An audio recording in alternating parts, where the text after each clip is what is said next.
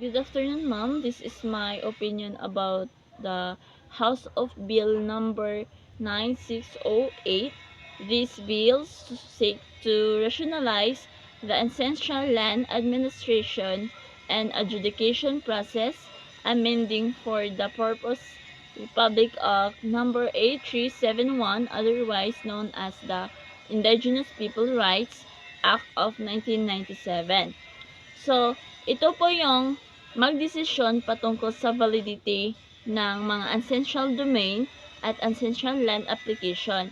Ibig sabihin, lahat ng issue ng delisasyon at paggamit ng lupaing ninuno. So, para po sa akin, dapat lamang po ito maibasura para maprotektahan natin ang ating mga lupain, gaya ng lupain ng ating mga ninuno o mga indigenous people.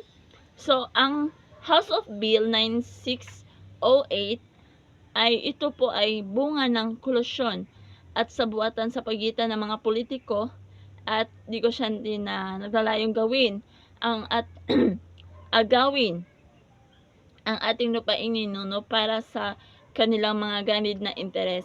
So, para po sa akin, ayaw ko po to, dapat lamang pong maibasura ang House Bill number 9608 para po maprotektahan natin ang ating mga lupain at mga pinaglalaban ng ating mga ninuno. Yun lang po at maraming salamat.